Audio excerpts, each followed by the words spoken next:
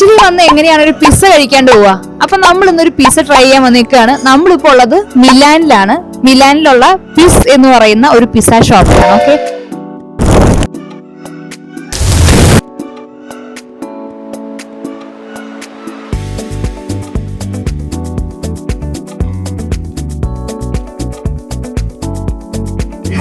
Pizza കഴിക്കാൻ പോവാണ്.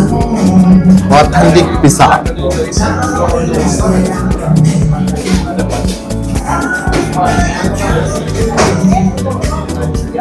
ഇതിന്റെ ക്രസ്റ്റ് വളരെ തിക്നെസ് ഉള്ളതാ. ഒരു റൊട്ടി ഫീലൊക്കെ ഉണ്ട് കഴിക്കുമ്പം.